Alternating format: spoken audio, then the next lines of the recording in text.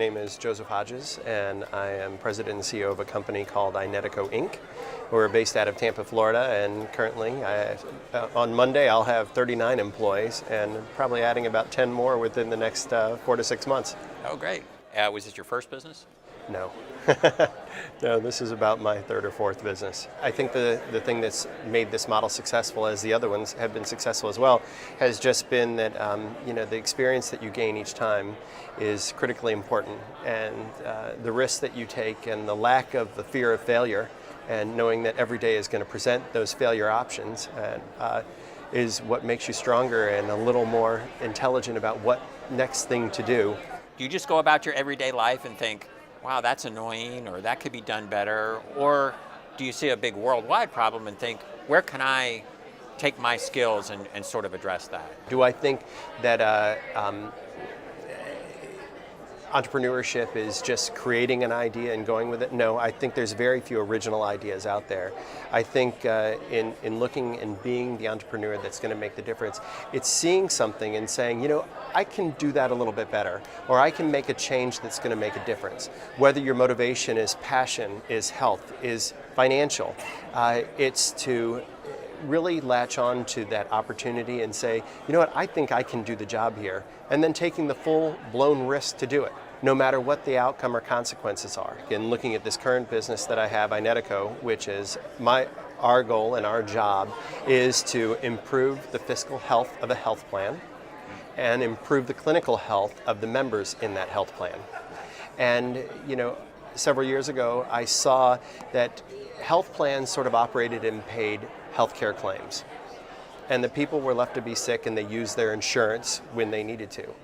There was no improving the clinical health of the health plan member.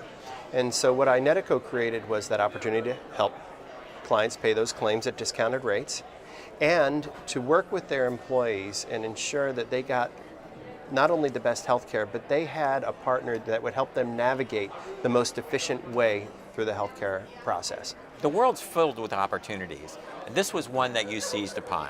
Everyone here sees those opportunities or problems, but the difference is with the people here is that they've done something about it. They put themselves on the line and they said, I'm going to create the solution. Can you create an entrepreneur, or is it something that's innate? And answering that question is a little bit tricky, because from my perspective, I think that it's something innate. For me, it was innate.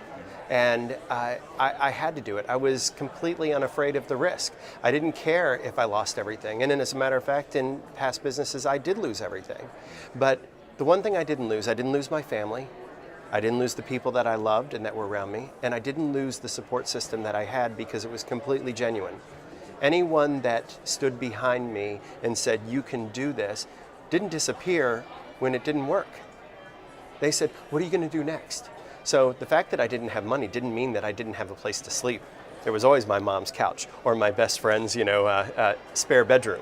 And those things got put to use.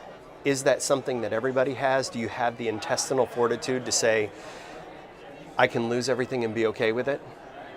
And our lives change, and we answer those questions differently as we age. I have an 8-month-old son now, and sadly for him, I would answer the question the same, and I would still do it if I felt passionate about what I could achieve.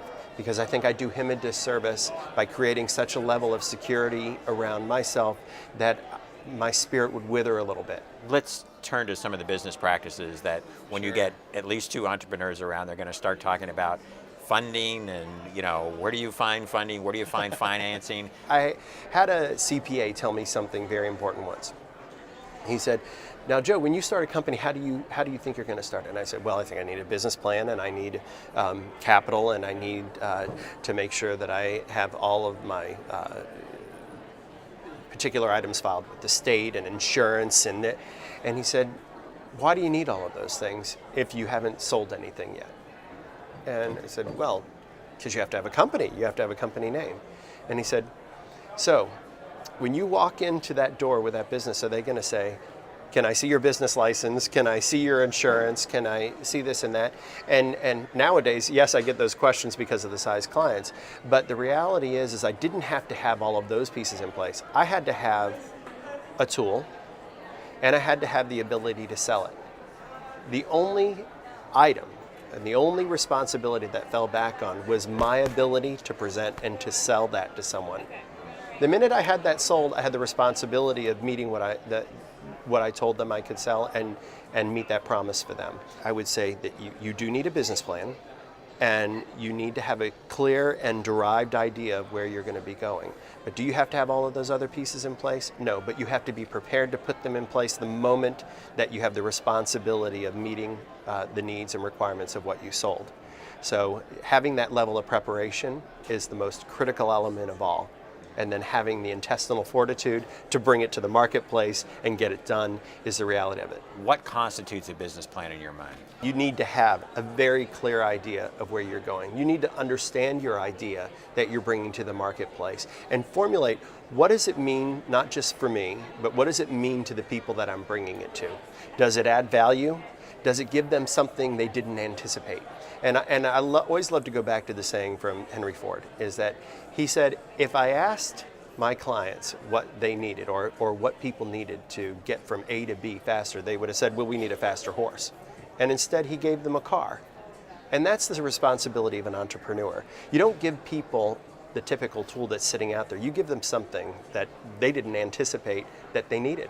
Netflix, they've made other businesses obsolete, in their wake. Right. And then they make a decision that is, they could maybe not recover from. You get to a point where you have some responsibilities that you have to meet, either to shareholders or employees or someone that's out there. And those decisions for an entrepreneur become very weighty because it's now, do I operate now as with a level of security for all of the things around me? And do I want to protect that? Do I want to create a solid pricing structure that I'm going to make the market work in? Or do I still live by the thing that brought me here, which is, do I remain nimble and flexible? And do I anticipate those needs? And what happened is you get into protective mode because you think, all right, we're settled here and I can hold the market here for ourselves and maximize our revenues and meet our shareholder requirements.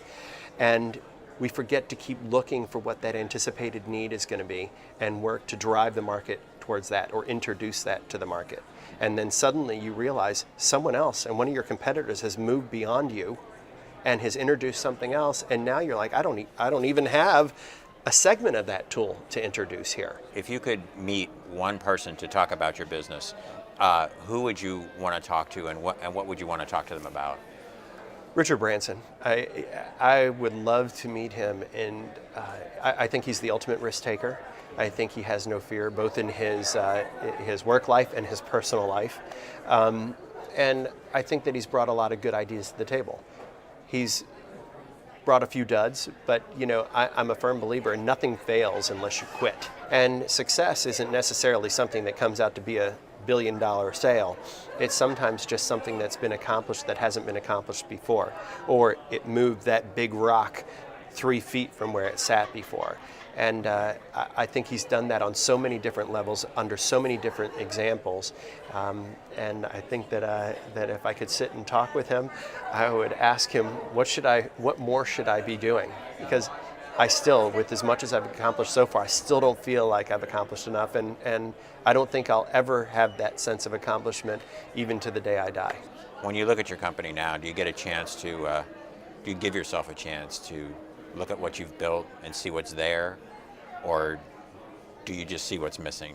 There's always more that can and should be done, but we do have to remember as entrepreneurs that there's a team behind us that needs to know that they are moving in the right direction. And those celebrations need to be loud and clear, and there needs to be recognition in place. But we should always be moving forward because the market will always change, the needs of society will always change, and entrepreneurs are the only people that can bring the answers. If you want to follow the rules, go to work for a company in a job and in a position and do a good job because you're needed in those roles. If you want to be an entrepreneur, you need to know that the rules are for the people that will follow them. And I live by that every day. The rules are for the people that will follow them, and I'm not a very good rule follower. That's awesome. Thank you so Thank you. much.